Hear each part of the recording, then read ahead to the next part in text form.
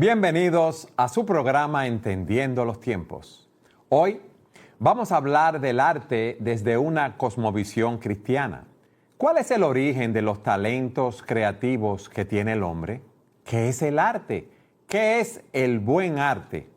¿Necesita el arte ser religioso para ser bueno?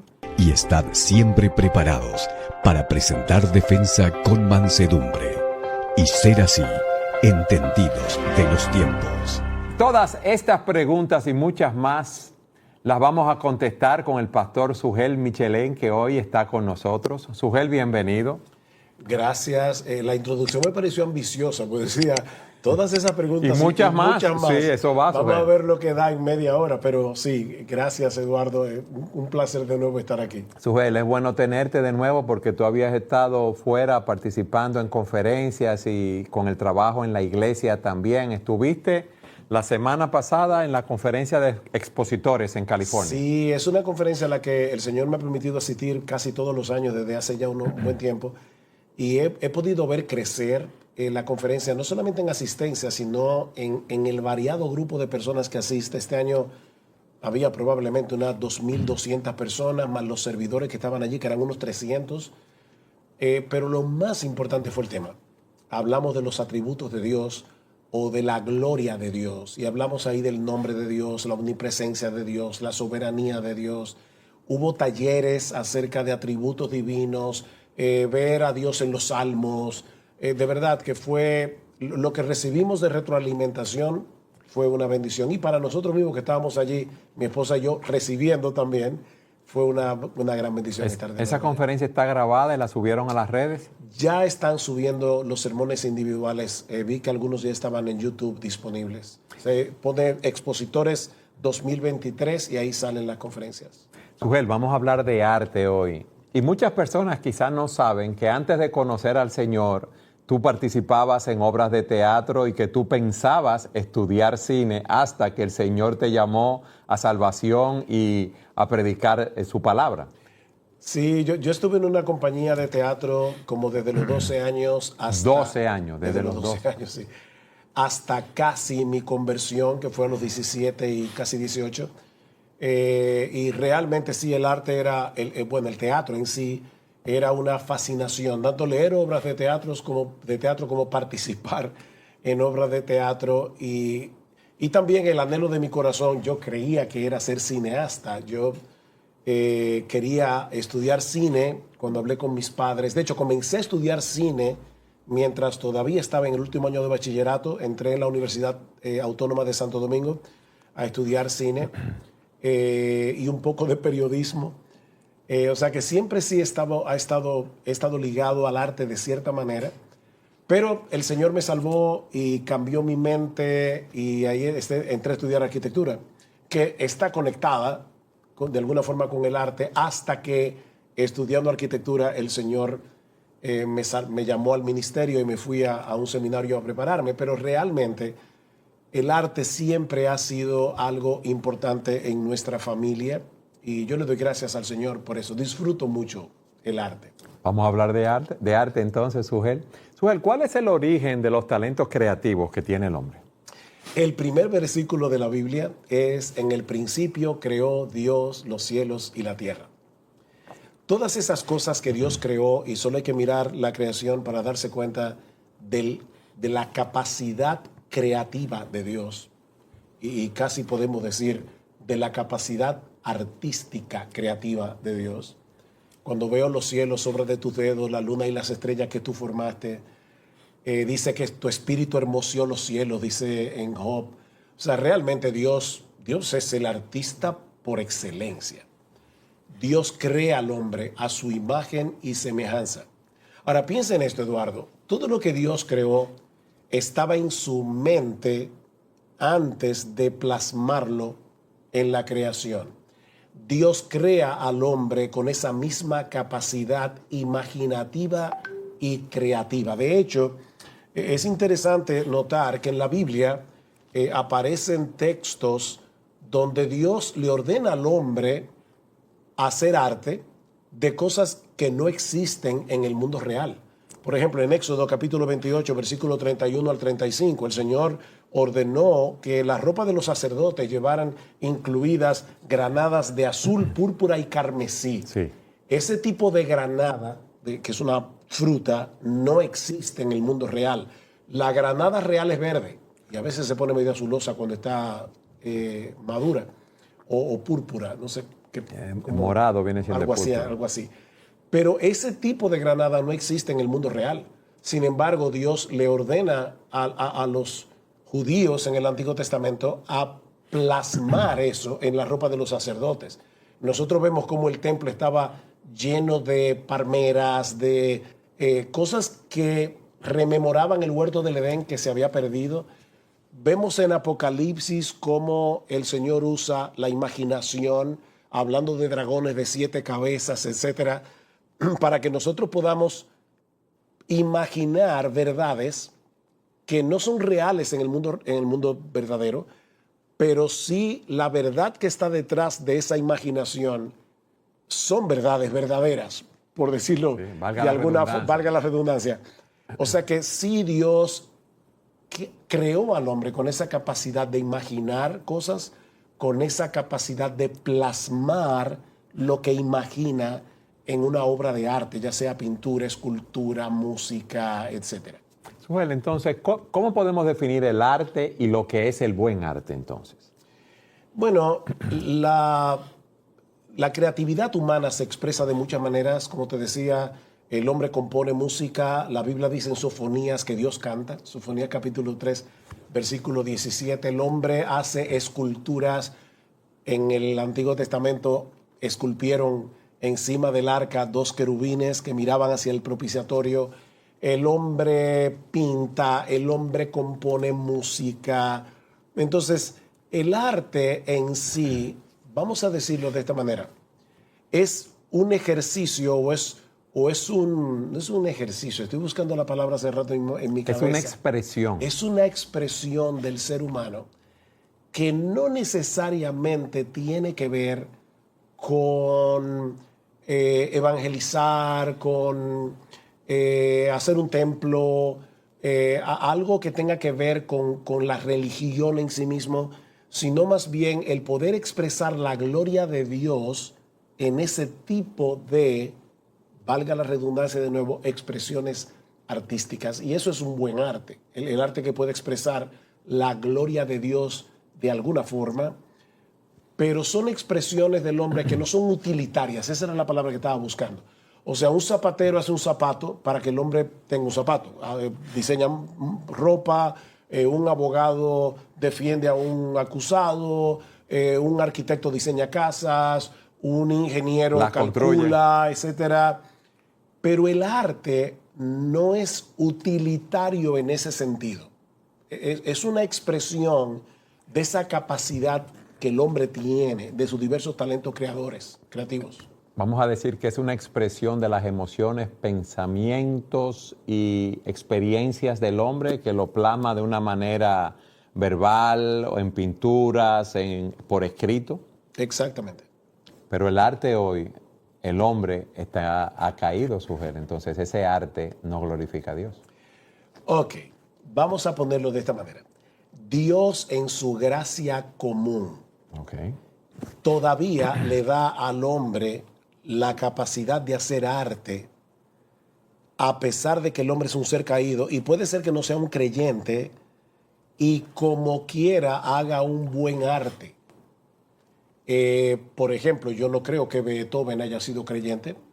Yo no creo que Shakespeare, el famoso dramaturgo inglés, haya sido creyente. Sin embargo, tanto Beethoven en sus composiciones musicales como Shakespeare en su creación para obra de teatro, dentro de esa cosmovisión cristiana, compusieron obras que yo no te puedo decir que glorificaban a Dios en el sentido intencional en que un creyente glorifica a Dios, pero que sí reflejan esa imagen de Dios en el hombre que, aunque caída, todavía está ahí. En su gracia común, el Señor le da al hombre sabiduría para poder hacer todas esas cosas. Hay algo interesante que nosotros vemos en el libro de Proverbios. Salomón escribió muchos proverbios inspirados por el Espíritu Santo. Dice en Primera de Reyes capítulo 4, versículo 29, que Dios le dio a Salomón sabiduría y prudencia muy grandes y anchura de corazón como la arena que está a la orilla del mar. Y ahora escucha, interesante esta declaración. Era mayor la sabiduría de Salomón que la de todos los orientales y que toda la sabiduría de los egipcios. Hay una comparación aquí. Él no está diciendo, no había sabiduría en los egipcios, no había sabiduría en ninguna otra parte excepto en el pueblo de Israel. No, lo que está diciendo es que la sabiduría de Salomón era mayor. Y nosotros vemos, por ejemplo, en Proverbios 22, 17, Proverbios 24, 23, que bajo la guía del Espíritu Santo, Salomón incluyó proverbios que venían del mundo pagano. Otro hecho interesante, en Hechos capítulo 17, versículo 28, Pablo, hablando a los atenienses, cita un poema atribuido a Epiménides de Creta, que nació en el 600 a.C., cita la quinta línea del Fainómena de Arato de Soles, que era coterráneo de Pablo, nacido en el 310 a.C. Pablo dice, uno de vuestros poetas ha dicho tal cosa. En Tito, capítulo 1, versículos 12 al 13, Pablo no solo vuelve a citar a Epiménides, sino que declara que su testimonio es verdadero. O sea que en la gracia común de Dios, esos hombres, en muchas cosas que dijeron, muchas cosas que hicieron, es conforme a la voluntad de Dios. Y oye algo más sorprendente. En 1 Corintios, capítulo 15, versículo 33, hay un versículo que los evangélicos citan muchísimos. Las malas conversaciones corrompen la buena costumbre. Lo que muchos creyentes no saben es que ese es un proverbio de la obra de Thais, del poeta griego Menandro, que Pablo tomó y citó a los corintios que eran griegos. O sea, ellos estaban familiarizados con eso, pero Pablo lo cita bajo la inspiración del Espíritu Santo como algo que es verdad. Así que no podemos pensar, Eduardo, que el único arte que sirve es el arte que hacen los cristianos. Y para ponerlo todavía para mí más complicado, para algunos cristianos, no solamente el único arte que sirve es el arte que hacen los cristianos, sino el arte que hacen los cristianos con el propósito específico de evangelizar. Pero no, hay arte en el mundo. Buen arte, mal arte, todo depende de qué tanto se acerque ese arte a los valores que promueve la cosmovisión cristiana y al balance que nosotros vemos en los atributos de Dios. El buen arte es balanceado. Fíjate, Eduardo, que en la Biblia, nosotros ahora que, como te dije, estaban expositores y estuvimos hablando de los atributos de Dios, Dios no es más bueno que sabio, no es más sabio que santo, no es más santo que justo, no es más justo que todopoderoso. O sea, todos los atributos de Dios hacen de él un ser perfecto porque todos esos atributos divinos se complementan perfectamente en el ser de Dios. El buen arte es un arte que le da gloria a Dios cuando refleja esas cosas, independientemente, Eduardo, de si la hizo un creyente, si la hizo un incrédulo. O sea que el arte no tiene que ser religioso para ser bueno. No. No tiene que ser llevado a cabo por un religioso para ser bueno. Mira. ¿Me explico con la pregunta? Sí, perfectamente. Hay un autor cristiano que yo lo recomiendo muchísimo, se llama Hans Rookmaaker. De hecho, Eduardo, yo sé que tú conoces muy bien la obra de Francis Schaeffer. Una de las personas que influyó tremendamente en Francis Schaeffer para que pudiera ver el arte desde una cosmovisión cristiana fue Hans Rookmaaker, porque ellos se conocieron en una conferencia y Hans Rookmaaker estaba interesado en el jazz y cuando supo que Schaeffer era norteamericano, le dijo, oye, quisiera hablar contigo. Se pasaron 4 horas hablando y de ahí se hicieron amigos para toda la vida. Este señor Hans Rookmaaker fue fundador del Departamento de Historia del Arte en la Universidad Libre de Ámsterdam, que por cierto fue fundada por Abraham Kuyper, un pensador cristiano de finales del siglo XIX, principios del siglo XX. Y él escribió un libro que para mí, el título lo dice todo. el arte no necesita justificación. Explícanos eso, Zoe. Ok. La creación en sí misma, cuando es buena, glorifica al Señor. Tú puedes ver, por Cuando ejemplo, tú dices la creación cuando es la buena. creación de un artista. Ah, Por ok. ejemplo, Es bueno cualificarlo porque toda Ok. la creación de Dios es buena. cuando llega la Reforma Protestante, la mayoría de los buenos pintores de la época, de la Edad Media, Pintores religiosos. eran pintores religiosos. Ellos pintaban santos y es interesante porque hasta que llegan pintores como Miguel Ángel, como Botticelli, ellos pintaban al ser humano, sobre todo esos santos, bien adelante en el cuadro y el resto de la creación, la montaña, los árboles, bien pequeñitos. Porque lo importante era que la gente pusiera su vista en la Virgen, pusiera su vista en el santo tal o cual. Estos pintores renacentistas cambiaron todo eso y comenzaron a pintar más realísticamente al ser humano. Pero cuando llega la Reforma e impacta a hombres como Rembrandt o como Durero, el gran pintor alemán, o hacía grabados más bien, pero era pintor también. Él fue el que pintó, creo que él fue que le hizo las ilustraciones a la Biblia que Lutero tradujo al alemán. Estos pintores no veían la necesidad de pintar santos y vírgenes. Ellos pintaban como Rembrandt, que pintó la joven de la perla, que pintó a una lechera, que pintó a un carnicero. Eran cuadros cotidianos. ¿Sí? De la vida diaria de las personas en sus actividades diarias. Exactamente. Pero hoy lleva algo más interesante. Aun cuando hombres como Rembrandt pintaron algunos cuadros religiosos, cuando pintaban a Jesús antes de la crucifixión, resurrección y glorificación, lo pintaban como un hombre común y corriente, no lo pintaban con un halo como hacían los pintores católicos. Okay. De hecho, hay un solo cuadro de Rembrandt donde Jesús se ve diferente. Y es cuando Jesús va junto a los discípulos de Maús. ¿Por qué Jesús ahí aparece diferente? Porque ya estaba glorificado. Okay. Y él quiso plasmar eso.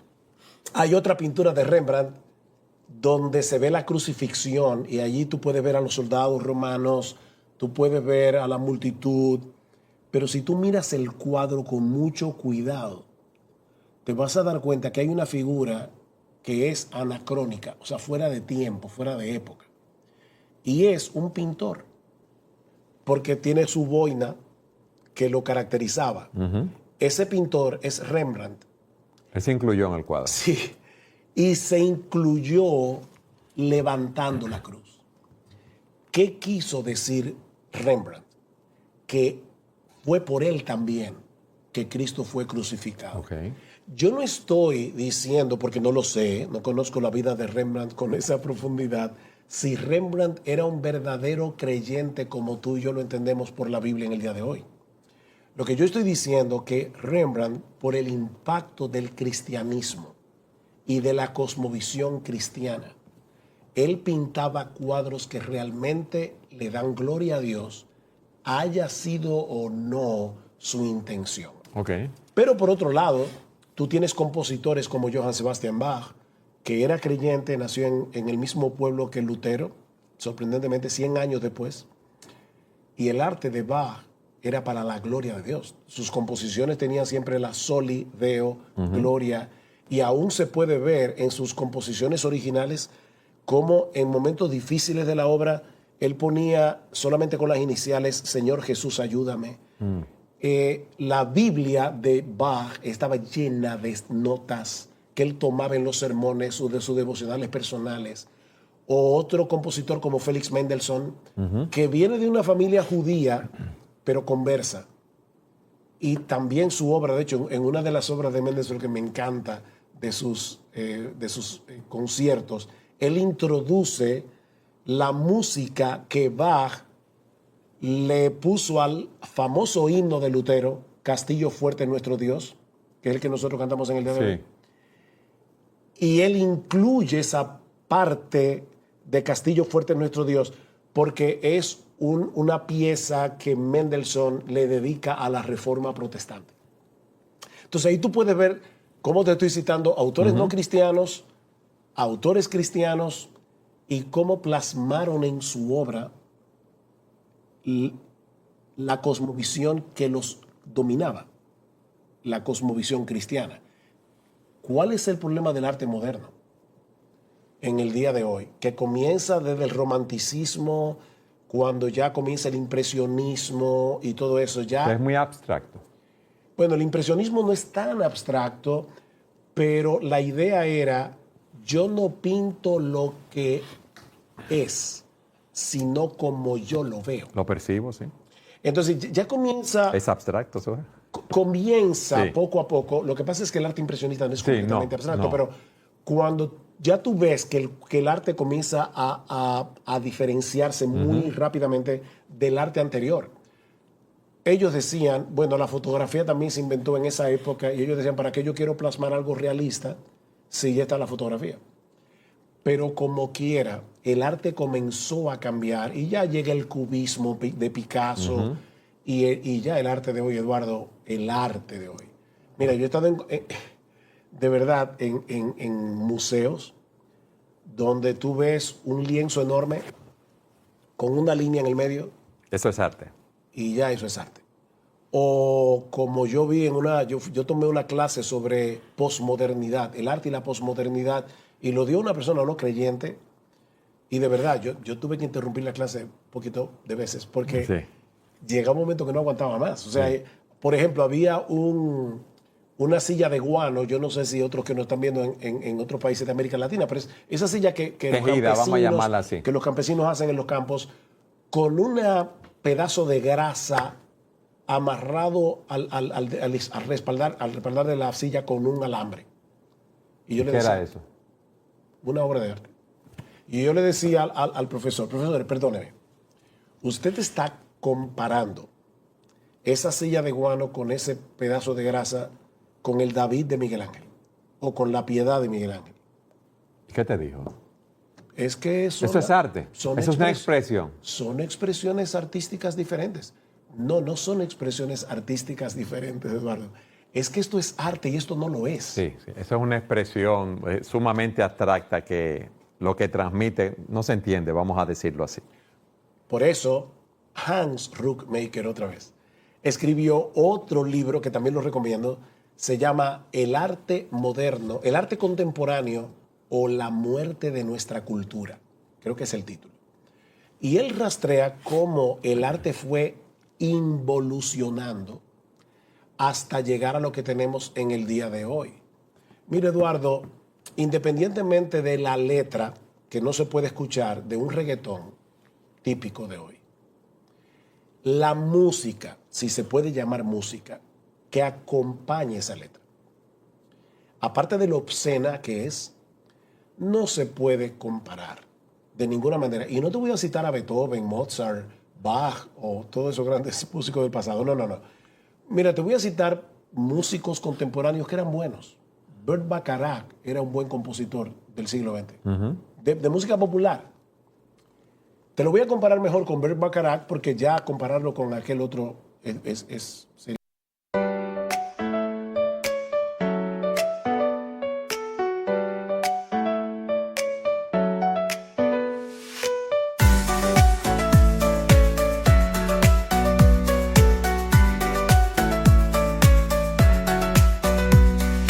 Raindrops falling down my face like tiny tears in a happy chase.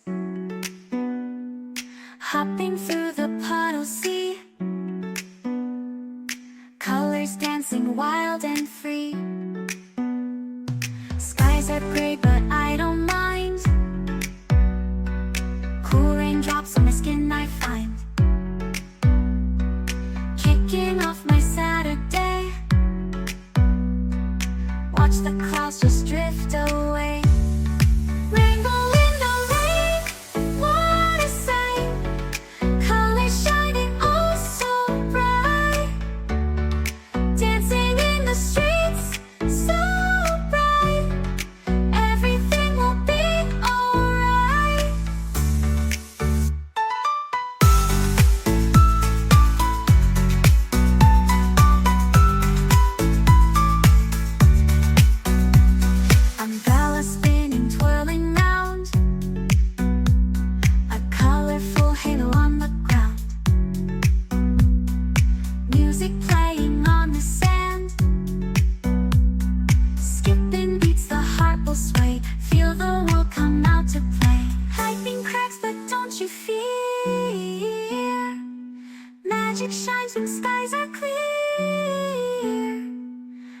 Raindrops whisper secrets true.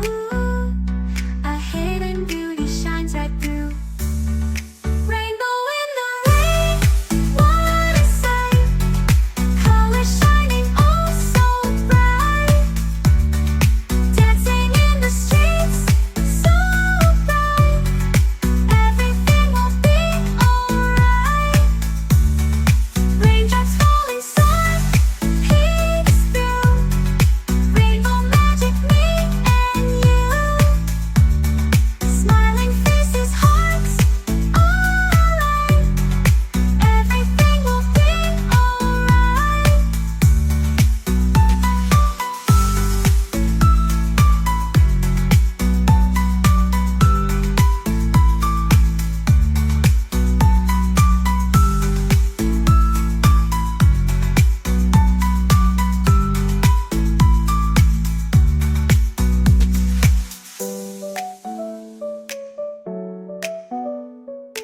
alright. Raindrops falling, sun peeks through. Rainbow magic, me and you. Smiling faces, hearts alight. Everything will be alright.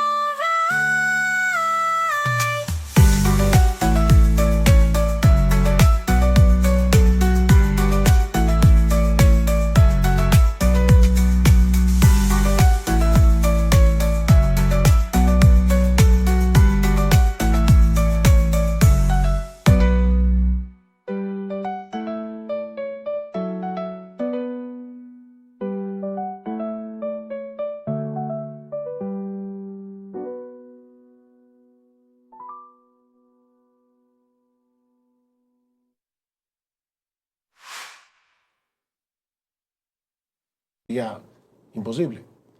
Es que esto es música, música.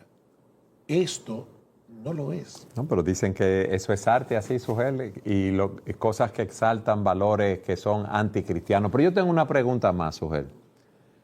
¿Se puede evangelizar a través del arte? ¿A través del cine? ¿A través del teatro? Ok. Yo creo, mi respuesta más simple sería que no, pero tengo que elaborarla. Elaborarla así para Tengo que elaborarla, sí. para que se entienda lo que tú piensas en ese Exactamente. sentido. Y voy a comenzar, como ya es mi costumbre, de un poco antes de tu pregunta. Es que siempre tengo que tener una por lo menos para que... Yo te dejo, Sugel. no Gracias importa. por tu paciencia y la de los que nos están viendo. Mira, los artistas cristianos, y yo ahí incluyo también a los escritores, que querían glorificar a Dios con sus obras, no escribían una obra panfletaria. Aquello llamo panfletaria. Es como que el arte solo se justifica si yo incluyo algo evangelístico en el medio.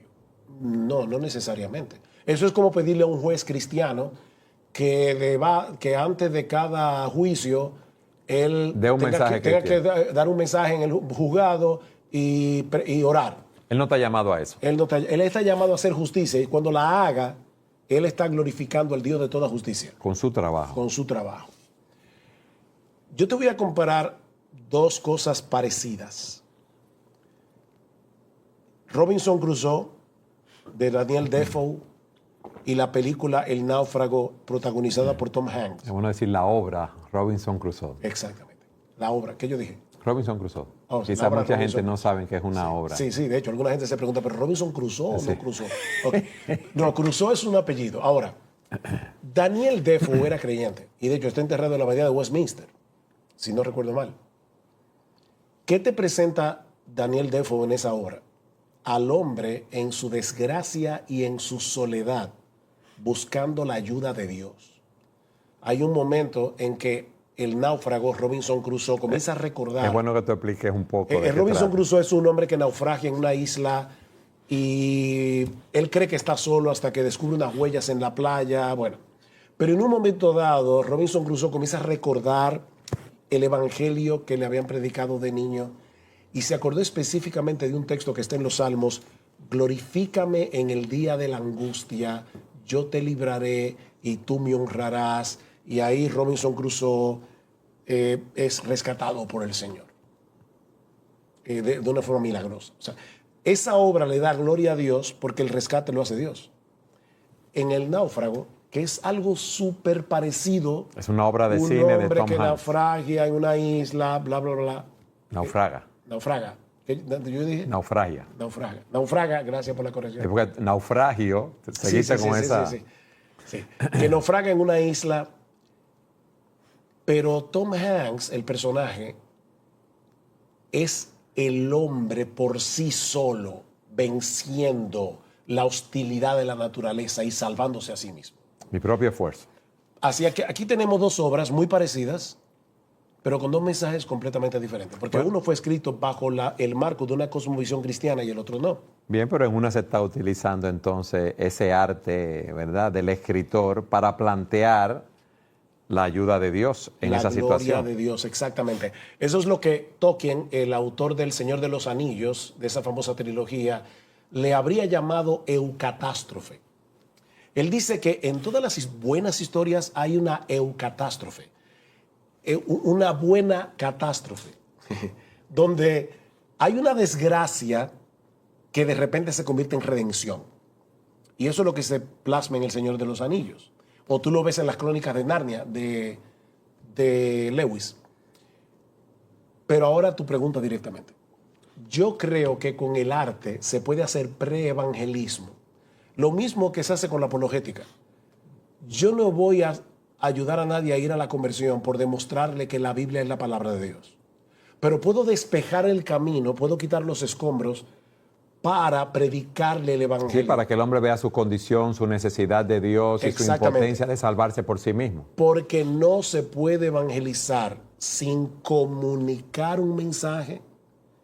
El hombre es pecador, merece la condenación de Dios porque Dios es justo, pero Dios en su amor envió a su Hijo que se hizo hombre, vivió una vida de perfecta obediencia, murió por nuestros pecados, resucitó al tercer día y hoy yo tengo que reaccionar a ese mensaje del Evangelio, a esa obra de Dios a través del arrepentimiento y de la fe.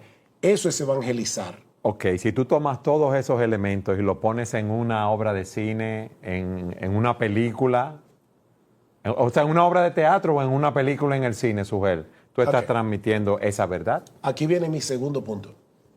Dice Pablo que Dios escogió la locura de la predicación para salvar a los perdidos. Ese es el instrumento principal que usa Dios para salvar a los pecadores. Ya sea el evangelismo uno a uno, ya sea la predicación del evangelio desde el púlpito, de cualquier manera. Ese es el instrumento que usa Dios. Ahora, yo no puedo de ninguna manera olvidar que Dios es soberano y que puede usar muchas cosas para llevar a una persona a la salvación si en su soberanía quiere hacerlo. Puede usar un tratadito, puede usar la lectura de la Biblia de alguien que nunca ha oído el Evangelio y de repente leyendo su Biblia solo se convierte, pero son casos muy aislados. Puede usar una obra de teatro o una obra de cine para inquietar a alguien y tal vez que alguien venga y le predique el Evangelio. Lo que quiero, para responder tu pregunta más ampliamente, Eduardo, y concretarla, lo que quiero enfatizar es que una buena obra de teatro no tiene que tener ese elemento para que glorifique a Dios y para que sea una buena obra de teatro. ¿Cómo que no tiene que tener ese elemento? Ese elemento de como un tratadito, o sea, como que por algún lado hay que...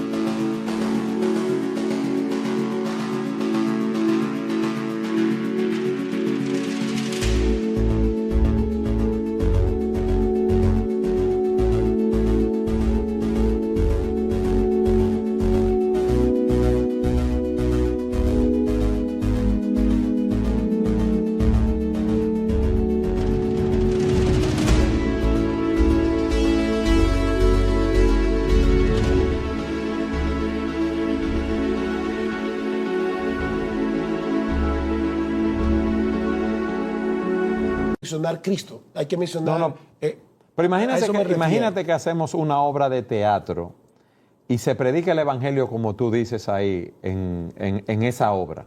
¿Qué pasa? Ok, yo te ¿Eso voy es a- arte, Sujer? Yo no estoy negando que sea arte. No, yo eso lo sabemos. Aunque lamentablemente a veces, por querer transmitir el mensaje, no se hace un buen arte, porque están tan concentrados en el contenido, porque al final de cuentas, si lo que yo quiero es evangelizar, lo más importante es el mensaje.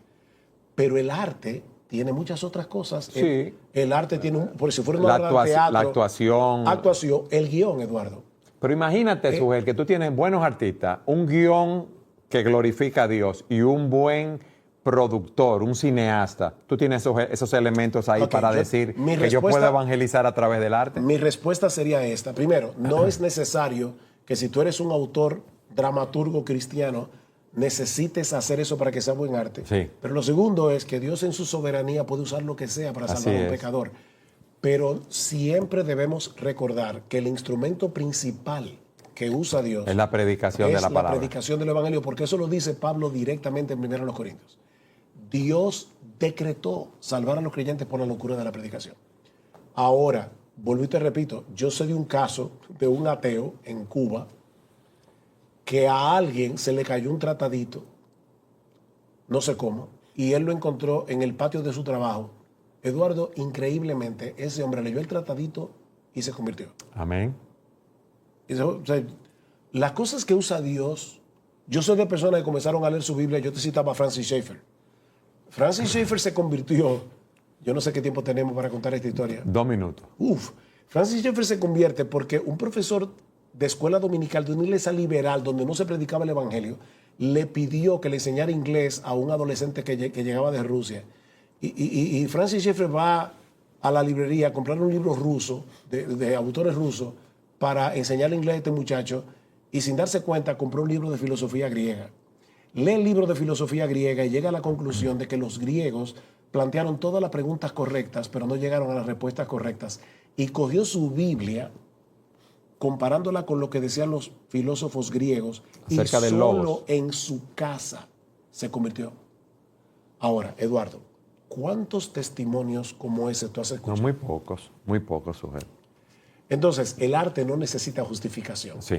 Y yo creo que ya que me quedan segundos, yo quisiera exhortar a todos los cristianos que tienen talentos artísticos que los desarrollen para la gloria Amén. de Dios, pero no necesariamente haciendo un arte panfletario. El arte no necesita justificación. Tú glorificas a Dios haciendo buen arte, un arte que refleje la gloria de Dios, los valores de la cosmovisión cristiana. Eso es buen arte. Sujer, gracias por haber estado con nosotros una vez más. Un enorme placer. Y gracias a todos ustedes por habernos acompañado en su programa Entendiendo los Tiempos.